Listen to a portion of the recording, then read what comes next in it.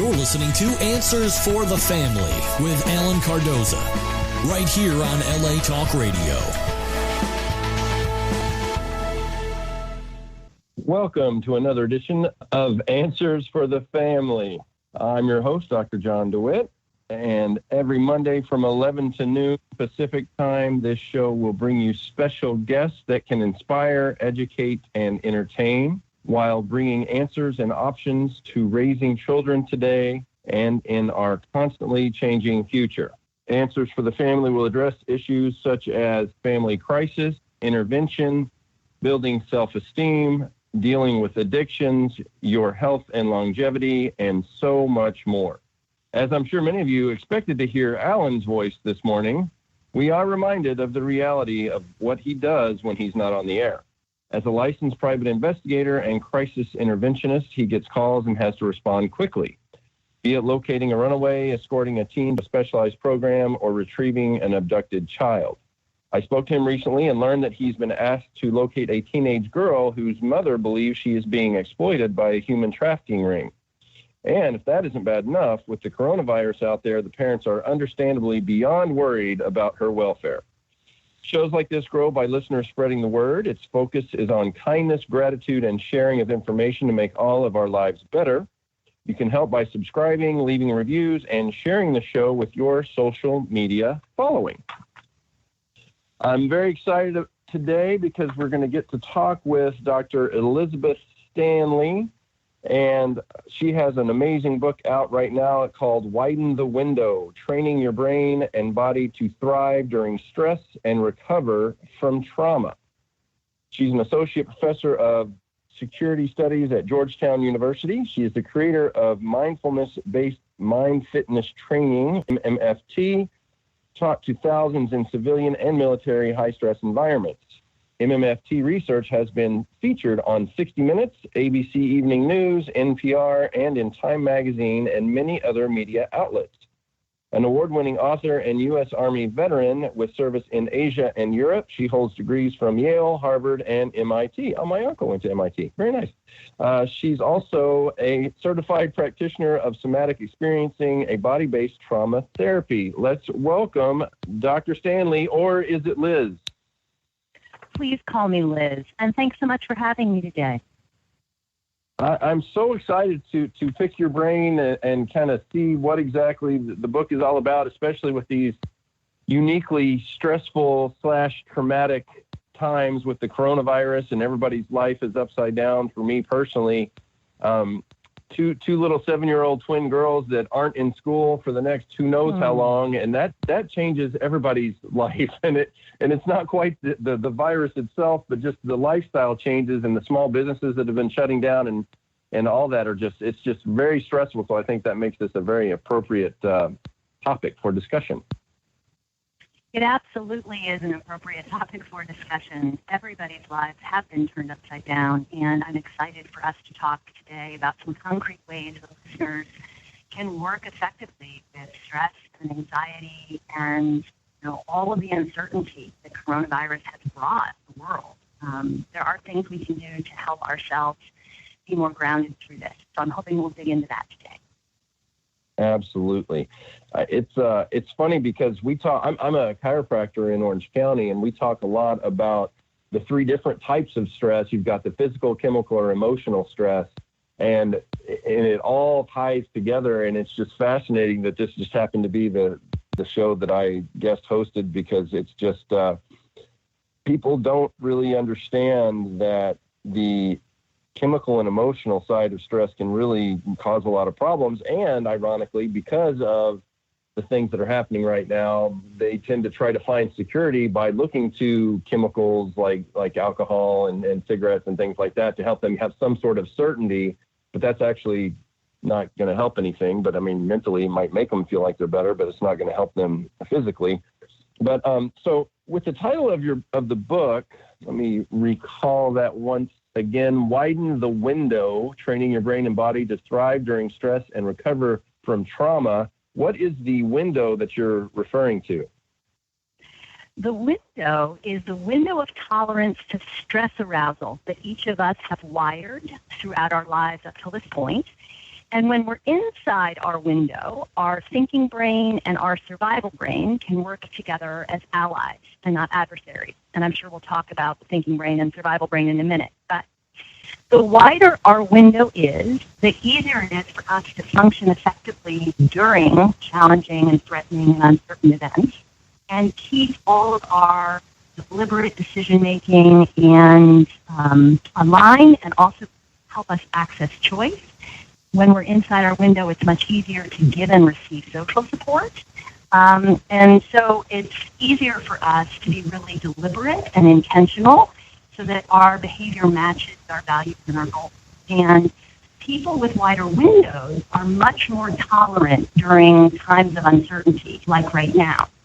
They're much more tolerant when life throws them curveballs, like we've all had our lives up, thrown into upheaval, possibly losing jobs, working from home, all of a sudden having to homeschool, all of these things we weren't expecting to happen. Wide windows have more flexibility in adapting to that. And as I said, when we have a wide window, we can help provide support to others. Everybody's windows can be narrowed over the course of their life, and in the book I lay out 3 pathways that let us narrow our windows: childhood adversity, shock trauma events, like a terrorist attack or a natural disaster or a rape, and then everyday chronic stress and relational trauma in our relationships, professionally and personally. But luckily, everybody's windows can be widened, and there are 8 chapters in the book dedicated to helping readers or listeners to the audiobook learn how to widen their window. And I'd love to discuss some of those concrete tools today. That is very exciting. It's kind of like, and I've seen that a lot, because people that are really just set in their ways and kind of like, this is how it is, and then all of a sudden you throw the coronavirus in there and schools being shut down and some people not being able to leave their houses or go to work. And I mean, it literally turned everything upside down, and the people that have a narrower window don't know how to deal with that, and they just kind of shut down and just don't know how to function. So in your book, you dive deep into the science of stress, trauma, and resilience. Why did you emphasize the science part of it so much? Well, I come from a background with a lot of chronic stress and trauma myself, and by the time I hit my mid-30s, after I left the Army and I was in graduate school, I had narrowed my window quite a bit myself, and had PTSD, I had depression, I had several physical illnesses after the near-death experience. I was very narrowed at that point. And in the course of widening my own window and then developing the resilience program MFIT, to use in high-stress situations, I was blown away to learn how much these things were the result of wiring that had happened. It was neurobiology doing what it does. And beginning to understand that and understand how the science of our minds and bodies works helped so much less personally, and helped me understand exactly what the choice points were so that I had some leverage to begin to heal and widen my own window. And I did. And the reason I share so much science, I do it with stories from my life and the lives of the men and women I've trained. So it's not super dense and heavy, but the science helps us understand where we are and realize what we can do differently, and not take it personally. And especially in a really challenging time like this, understanding how our minds and bodies works can be really empowering. True. I agree 100%. You also focus a lot on agency and choice. So why is agency such a determining factor in whether we experience stress or trauma? Well, whether we experience stress or trauma is not up to our thinking brain. So let me quickly describe what the thinking brain and survival brain are so I can answer this question, John. The thinking brain is the part of the brain that controls deliberate decision-making and reasoning and willpower. It keeps us safe by helping us plan and anticipate and remember things consciously and then decide, make choices. And we know our thinking brain is active whenever we hear that inner commentary of thinking or judging going on. The survival brain is the part of the brain that is always happening automatically. It's thinking fast, and it shows up, it does its thinking fast through emotions and stress arousal. It's automatic, it's pre-conscious, and it's totally geared evolutionarily to help us rapidly appraise threats so we can survive. That's why I call it survival brain. It's not verbal. You don't hear the survival brain in our head like we hear our thinking brain. Our survival brain shows us what it's doing in the way it's making emotions or physical sensations in our body. Importantly, so is it kind of like the subconscious or the unconscious? Is it kind of like that? It's the oldest parts of the brain. It's the limbic system in the middle of the head, which controls emotions, and the brainstem and cerebellum, which controls stress arousal and all the basic autonomic functions. And the survival brain is what's responsible for appraising threat in any situation. It's what turns threat on whenever it perceives something to be novel, so new, unpredictable, uncontrollable, and threatening to ourselves. And in the time of coronavirus, it's getting very stressed because this is novel, unpredictable, uncontrollable, and threatening to ourselves, to other people around us that we care for. Because it's all of these things, all of our survival brains right now are getting stressed. And so it's turning stress on. And then we have all of the activation that comes with stress arousal. When our survival brain also perceives us in a threatening situation or a challenging situation to feel helpless or powerless or lacking control, then the stress actually becomes traumatic. And for many of us right now, because we're having to do things we haven't done before, because we are confronting a disease that we do not yet know how to work with effectively, especially for people who are working in the healthcare industry right now, this is extremely traumatic. And so the survival brain controls whether we turn stress on. The survival brain also controls whether we turn stress off. And what that means is that to help ourselves get grounded and find stability during this challenging time, we can't just work with our thinking brain to try and resolve it. We have to work effectively with our survival brains so that our survival brains can feel more safe and more stable and more grounded. And when we do that, that's what turns stress off. And that's what turns on all of the recovery functions that help us to widen our window. Right. And that's the thing that I'm concerned about, too, is with all the stress and all the changes, the survival brain is just like, oh, my gosh, we have to try to survive.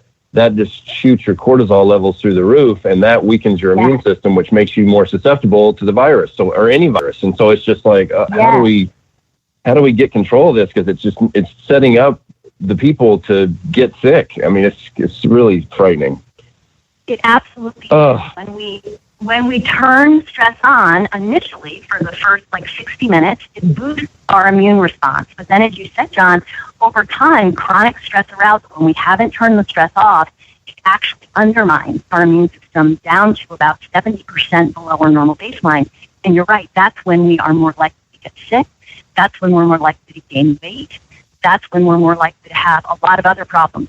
So how do we work with our survival brain? That's the most important first step, because there's lots of things our thinking brain can help us with.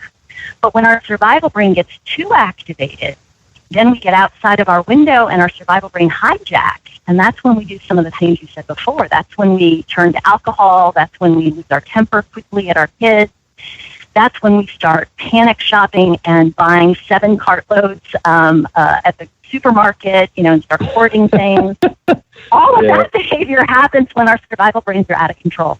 So the way we work with it, and this is what our decade of research has shown, we did 4 different neuroscience and stress studies with troops before they prepared to deploy to Iraq and Afghanistan to combat. That's a pretty stressful situation, too.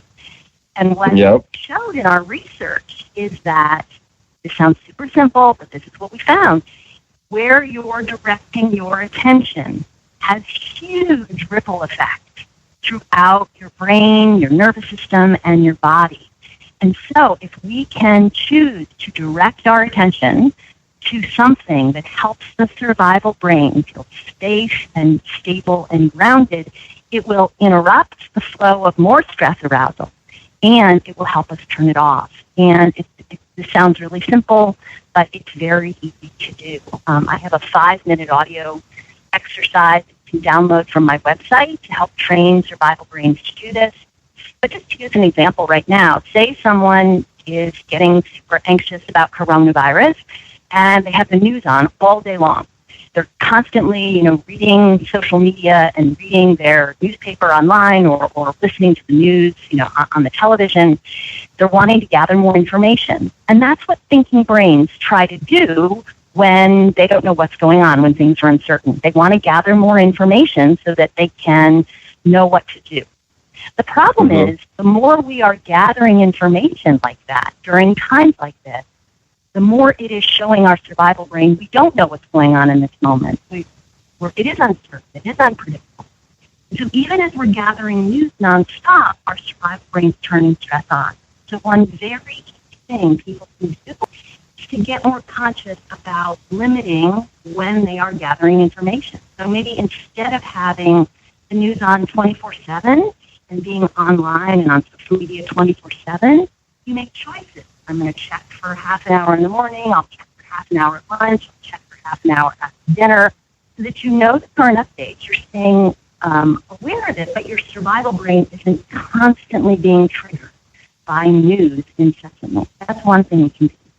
Another thing we can do is we can get more exercise, because that helps to expend some of that, all of those stress hormones that we've turned on. And I know it's hard to exercise at home for some people, but even jumping up and down for 10 seconds, 30 seconds, 60 seconds, however long your own physical capacity lets you, jump up and down, get your heart rate going a little bit and your breathing rate going, and then sit down and feel yourself seated and really notice the support of the chair beneath you, holding you in place.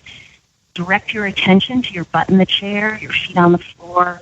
Those things will help the survival brain come down, and it will release some of the arousal. And we might notice things like a yawn or tingling or twitching. All of those are ways that the survival brain is discharging the activation.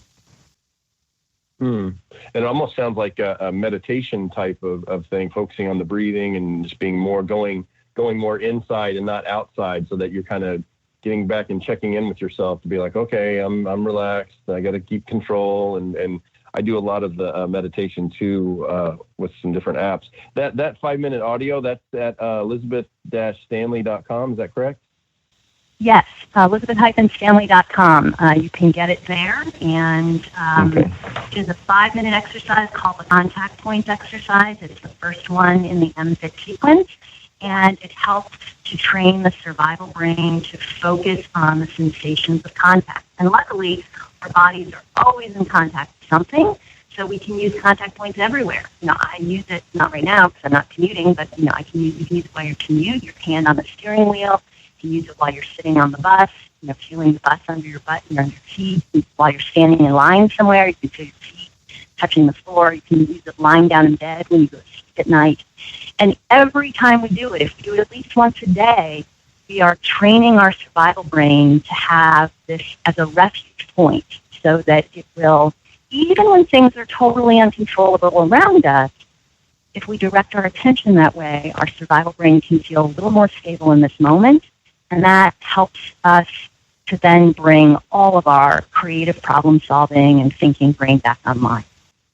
That is so true. I think we're going to take a commercial break real quick. So we'll be right back with Dr. Elizabeth Stanley. We're going to talk some more about how to de-stress and get your thinking brain and your survival brain, getting them on the same page. Hi, I'm Marty Cove. You might remember me from my film roles such as the Sensei in the Karate Kid films and a variety of others. I've done over 100 films and countless stunts in my career, and I've always given 100% physically. As fun as it was, I've had to have multiple surgeries from doing some of my own stunts. With the damage done to my body over time, I needed to find relief from this chronic pain. My passion for health and fitness drove me to find a natural way to combat body and muscle pain without taking medication every day. Teaming up with doctors, detectives, and a compounding pharmacist, we created Marty's Cove Ultra Strength Pain Relief Cream. Our CBD cream is whole plant extracted and made with high-quality amino acids and essential oils that can improve the strength and the absorption. Other CBD's products, well, they aren't like ours. It's the only thing that has been strong enough to knock out my pain. And I'm not the only one. Thousands of other people have benefited from the healing attributes of these products worldwide. So check out our website at www.martyscobracove.com. It's legal, it's safe, and it's 100% effective. So show your pain no mercy. Founded over 30 years ago to meet the needs of families in crisis, West Shield has continually focused on resolving issues that negatively impact families and businesses. Our signature therapeutic transportation service helps to ensure that adolescents in crisis are safely transported to specialized schools, programs, and treatment centers with unsurpassed experience and success. We are supported by our full-service licensed investigation agency that has legally, professionally, and compassionately located hundreds of runaways and teens. We are experienced and qualified to help, offering solutions which may include referrals to our international network of top professionals in the fields of educational consulting, psychology, psychiatry, and investigations. Simply put, West Shield Adolescent Services and West Shield Investigations are the best solutions when your family is facing a personal crisis. Call 1-800-899-8585. 24 hours a day, 7 days a week. That's 1-800-899-8585. Or visit our website at westshield.com. Thank you. Hello, this is Dr. John DeWitt, and we are back with Dr. Elizabeth Stanley talking about her book, Widen the Window, Training Your Brain and Body to Thrive During Stress and Recover from Trauma, which, as we have mentioned, is very appropriate timing for this discussion. So, many people believe that stress, worry, and anxiety are all different and need different strategies. In your book, you argue against this. Can you clarify that a little bit? Yes. A lot of people think about anxiety as just a thinking brain phenomenon, that we start worrying about something. And, you know, there is a thinking brain component to anxiety, but anxiety is also an emotion. And stress, worry, and anxiety, all three of those things originate when the survival brain perceives a situation to be threatening or challenging. And then that shows up in the sensations of stress arousal, you know, the rapid heart rate, sweaty palms. It also then shows up in racing thoughts, the worry component, the cognitive component of it. And we can work with it. The problem with anxiety or worry is we tend to think we have to think our way out of it. But that's not going to resolve it. As we were talking about before the break, the way to work effectively with stress is with the survival brain, because it's the survival brain that controls whether we turn recovery functions back on to stop the stress, to turn the stress off. So if you notice that you are caught in a cycle of worry, and that's really common, really, really common right now, because thinking brains don't have enough information to plan and accurately predict what's going to happen. So of course they're going into worry right now. All of our minds are. It's important to recognize that we need to always first help the survival brain to feel as stable and as grounded as we can before we let the thinking brain do its thinking. Because otherwise, the thinking brain's thinking is going to be biased by the stress and the anxiety. And we're not going to be thinking clearly. Thinking, willpower, reasoning, creative problem solving, all of those different thinking brain functions, even keeping focused at work, all of these thinking brain functions get degraded when we are in chronic stress or when we're in a traumatic situation.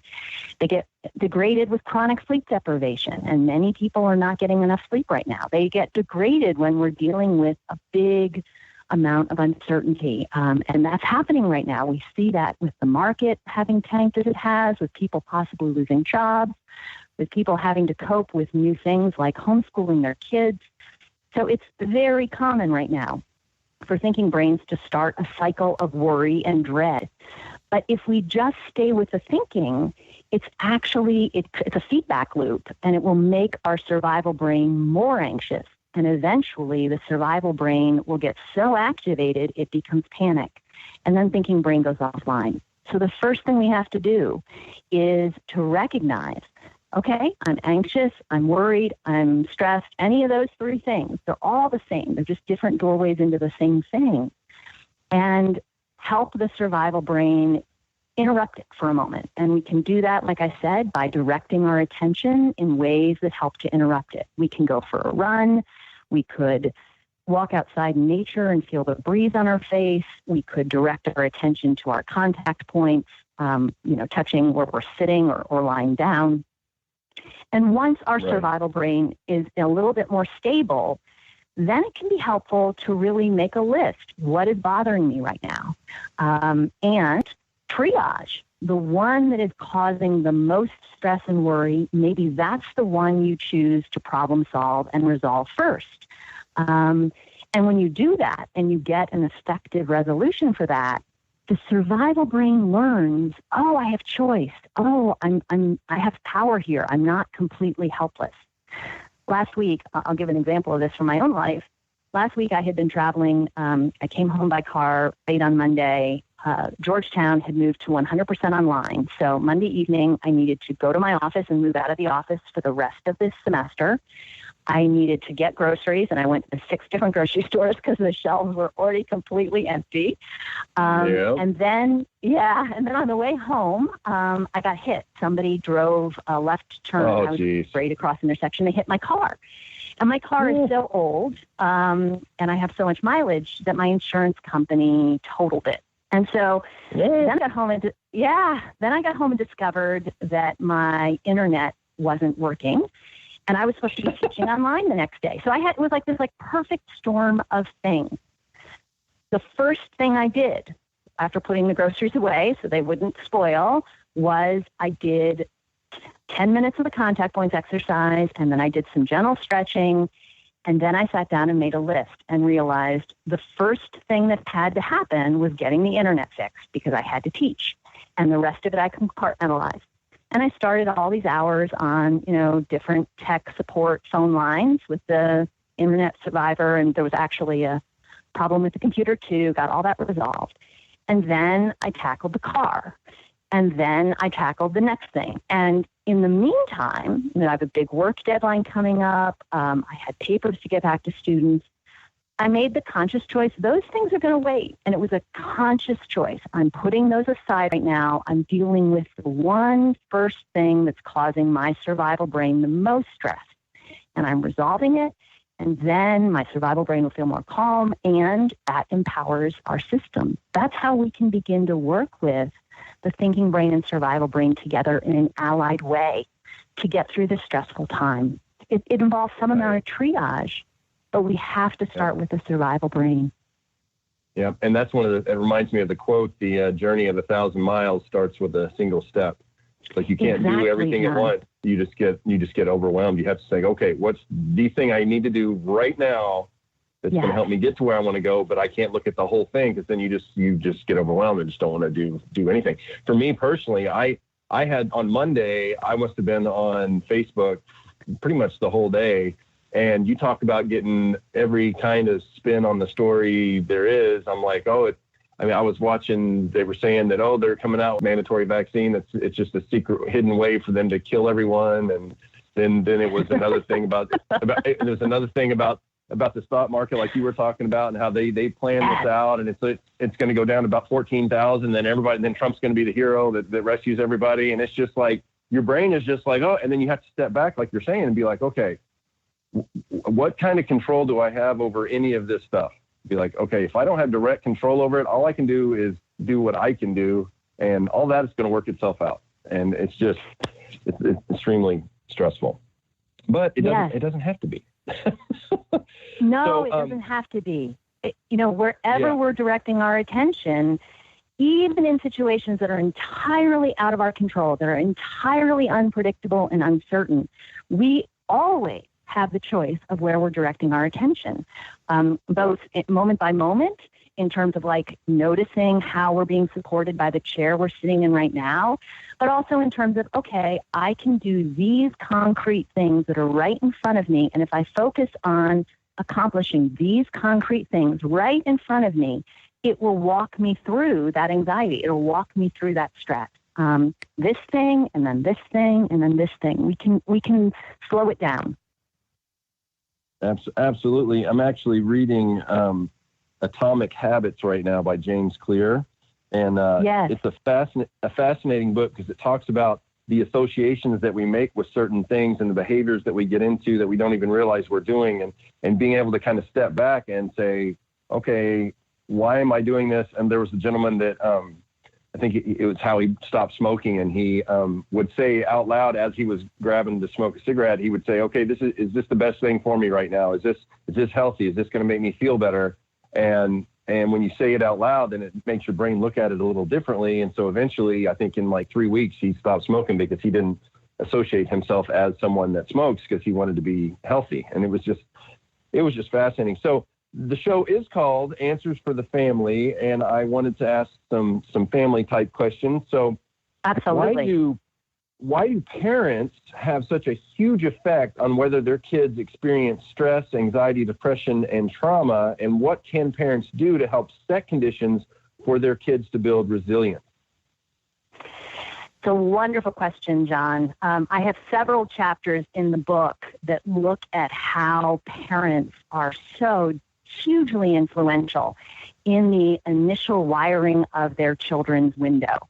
And when parents have narrowed windows themselves, either from their own unresolved trauma and their own unresolved chronic stress, or they're dealing with a big loss or uncertainty, that parent narrow window affects the way that their child's window is narrowed as well. So narrow parent windows wire narrow children windows. And understanding that helps parents realize that one of the best ways that they can set their children on a resilient path for their whole lifespan is for parents to focus on making sure that their own windows are wide so that they can help convey wide windows to their children. I talk a lot in the book about the neurobiology of stress and emotion contagion, and those things are going on a lot right now too. Right. Stress and emotion contagion are most contagious in our relationships that are with attachment bonds. So between parents and children, or with our romantic partners. If one of those partners or one of those, the parent or the child, is stressed, it's much easier for the other person's survival brain to also get stressed too. Stress and emotion contagion are also really common and likely to convey and transmit in relationships with power differentials, like between teachers and their students, or doctors and therapists with their patients, or between a boss and the people that work for them, or between a national leader and their population. That's where stress and emotion contagion can be really contagious too. So parents need to focus on making sure that their own windows are wide, and that is a way to help train the brains and bodies of their children, which are still wiring. We wire all of our brain and body up through adolescence. We want to be able to wire that in a way that really helps set children on the best path forward. And this is a time when the rubber meets the road. I mean, parents are having a lot of contact with their kids right now. Many of them are having to homeschool. And parents are having their own lives completely upended, having to work from home, or possibly being laid off, or, not knowing how long their work is going to last.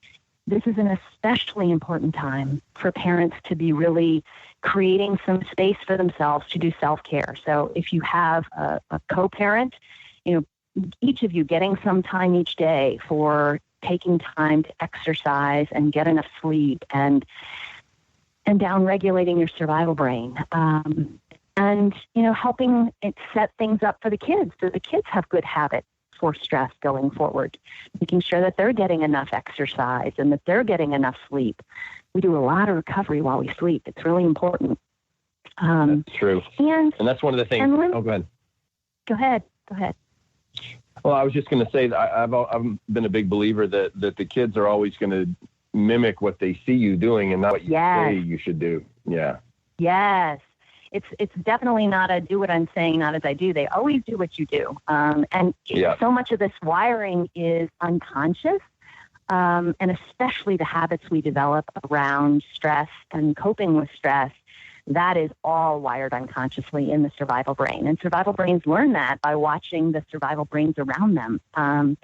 If parents aren't getting their own downregulation and recovery, their kids aren't going to be able to wire that either. And so I talk in the book about how to do that and why sort of so many different effects on hormone systems, on brain development, on physical health. All of these things start during childhood, and parents have a big impact for that. Absolutely. We have a listener question here. The coronavirus quarantines are almost as devastating on the human spirit as the virus itself. My niece in LA just lost her job. She says she won't be able to pay her rent, car payment, and expenses if she has no income. What is she to do with an apartment lease? Just walk away? My sister is struggling about how to help her and feels she should just come home where she is safe and could start again when this is all over. People all over the country are reporting similar stories. I do hope you will specifically address this in the show. I would like to gift them this book if it would lift them out of the depression I see them in. This is Georgiana in Washington. Or maybe it's in Georgiana, Washington. Can I respond to Georgiana? I would love you to. Okay. Georgiana, I am so sorry to hear about this cascade of challenges you're coping with right now. This is a really, really difficult time for you and your family, and I'm sorry to hear that. The first and most important thing is to recognize that you still have choices in the middle of this, and if it feels good for you to go and be with your sister, to give up your current lease because you're having a hard time making the rent, and can go and stay with your sister and be safe and get some time to regroup and recover and give yourself some space to figure out what comes next. That sounds like a really good choice. I know this is happening all over the country, and I know when we are in times like this, everybody gets very focused just on themselves.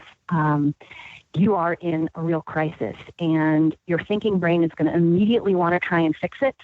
But if you can give your survival brain a moment and acknowledge this is really, really, really scary and stressful, and then let your survival brain tell you, you have an inner wisdom. And when you acknowledge what the survival brain is really feeling, you'll hear your inner wisdom about what's right, whether that's going to stay with your sister, whether that's getting another job where you are so you can make rent, whether that's taking in someone to help pay rent with you where you are.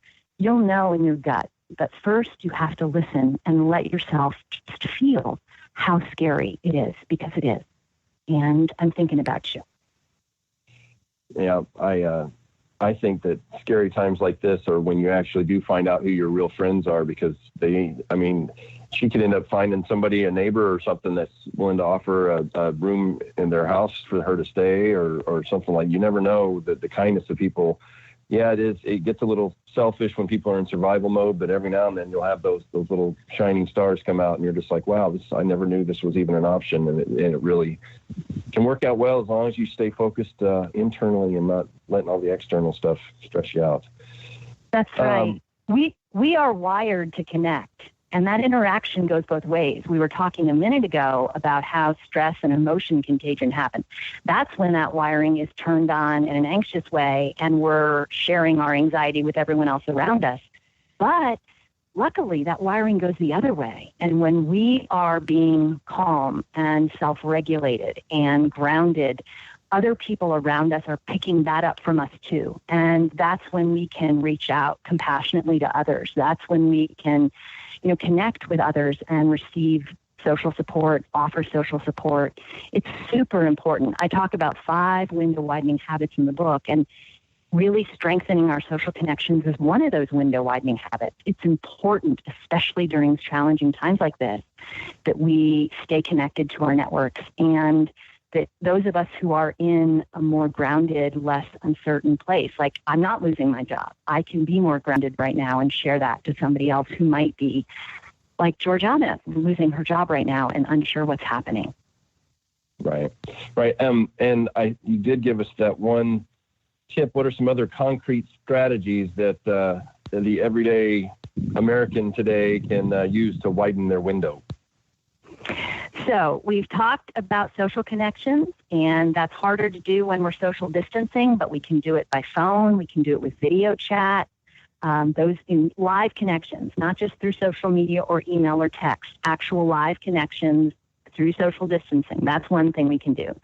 Second thing we can do is get enough sleep. We need 8 hours every night. We can't just make it up on the weekend. And I know for people who are, especially in the healthcare setting right now, getting 8 hours is really hard, but as much sleep as possible, because we do a lot of our recovery functions when we're getting restful sleep. So that's something else we can do. And most of us aren't having to commute anymore right now, so there is a little more time in the day perhaps for sleep. Third thing is getting enough physical exercise. And that's cardiovascular exercise as well as stretching and some weight-bearing things, all kinds of classes that people can stream online. There's yoga studios that are showing their classes live, online or just on demand. You can get one of the apps that does high-intensity interval training. You don't need any equipment. You do that at home, 10 to 15 minutes. You get a good cardio workout. So that's something else people can do. That's one of the best antidepressants I say all the time is exercise. Get out there and exercise, and if you feel bad at first, you'll feel a lot better after. Absolutely. We can direct our attention to ways to help the survival brain. Use the contact points exercise. It's a 5-minute exercise twice a day. That'll make a big difference.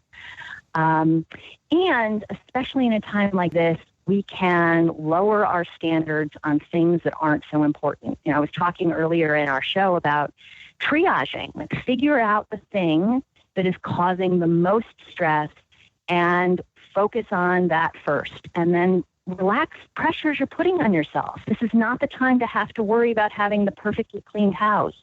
This is not the time to have to worry about, making sure that the kids are getting to do all of their different extracurriculars. Like, cut yourself some slack. Let the things that are most important take your priority, and then consciously give yourself a break, because this is really, really hard. It is. And we have one more listener question, actually. This is from the state of Virginia, Adneen, Virginia. I think I'm saying that right. I was mugged and violated 3 years ago while jogging. Oh, my goodness, near my home. They never caught the man, which has compounded my anxiety.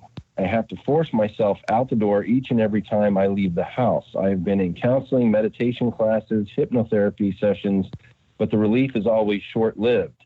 My question is, can one really recover from something this deep? And if so, what can I do that is different than what I've already done? I really appreciate that question. And as a rape survivor myself, I feel like I can speak to you directly about this. I know from my own life, from the lives of other women that I've worked with who have also dealt with sexual trauma like yours, it is possible to fully recover from it. But most of the therapies and even most meditation, the way that it's taught in our society, is focusing on the thinking brain first.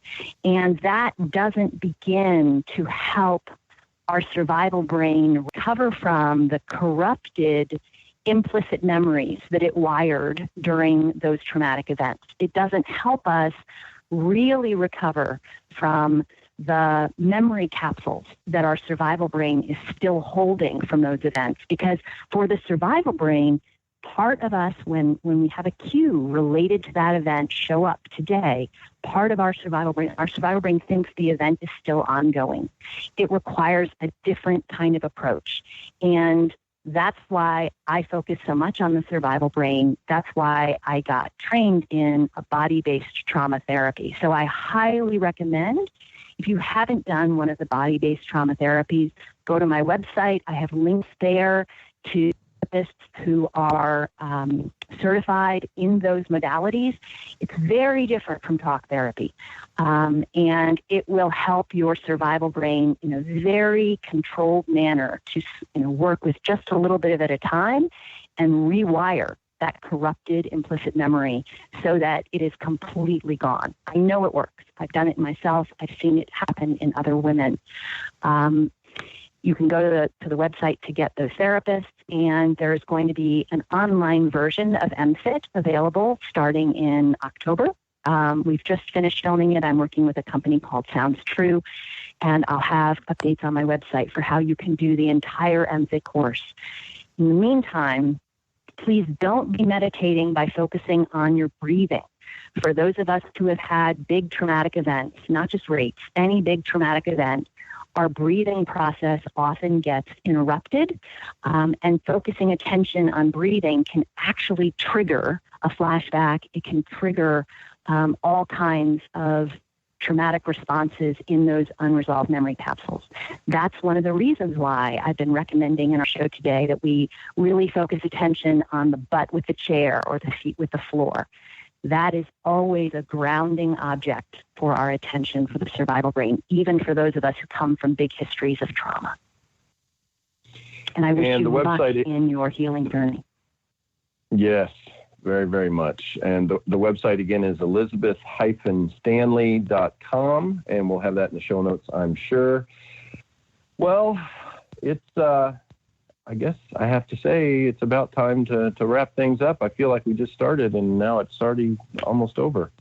I do too, John. I really appreciate you being on the show. I learned a lot, and it's just so ironic that it happens to be right now with all the insanity going on in the world. And I just am very excited. I am excited to try that meditation technique, focusing on the butt in the chair.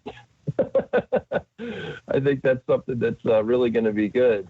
I'm always trying to expand on how to optimize, overall health and things like that. And I just, anything new, I'm willing to see. And I mean, obviously it works, and I'm just excited to see how it works in my particular situation. And I'm just excited, and I just would like to thank you again for being on the show, and I'm sure that Alan is going to plan on having you on the show again in the future. Thank you so much for a really enjoyable conversation, John. I agree. It feels like it went really fast, and I hope that all the listeners out there are staying safe and healthy. I hope that Contact Points is helpful for you. You can learn more about it and other exercises and other habits and why they work in the book. And I hope to be back on the show sometime soon. Thank you so much for having me. Thank you so much. Now, if you've been wondering if global warming is actually real, then you need to make sure you put us on your calendar and tune in next Monday when we are joined by Dr. Hope Jarin, an award-winning geobiologist and brilliant researcher on this topic. In this interview, Dr. Jarin will share how her new book, The Story of More, explains the current and projected consequences of greenhouse gases, from superstorms to rising sea levels, and the science-based tools that could help us fight back. You can also get information about some of the things that I personally have been working with. I've been working with the healthevolutionproject.com. That is an Australian-based supplement company that has ways to help reduce your cortisol levels, which helps reduce your stress, which helps you have a stronger immune system. If you use the discount code DRDVIP, that's DRDVIP, you get a 10% discount on whatever you might order. And please visit the archives of past interviews at answersforthefamily.com or subscribe to the show through iTunes, Stitcher, YouTube, Spreaker, SoundCloud, and iHeartRadio.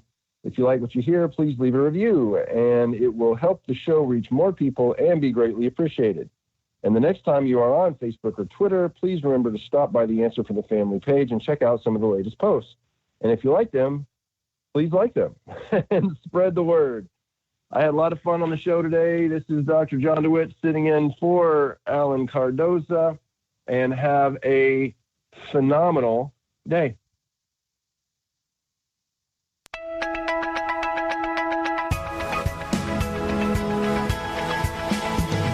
You're listening to Answers for the Family with Alan Cardoza, right here on LA Talk Radio.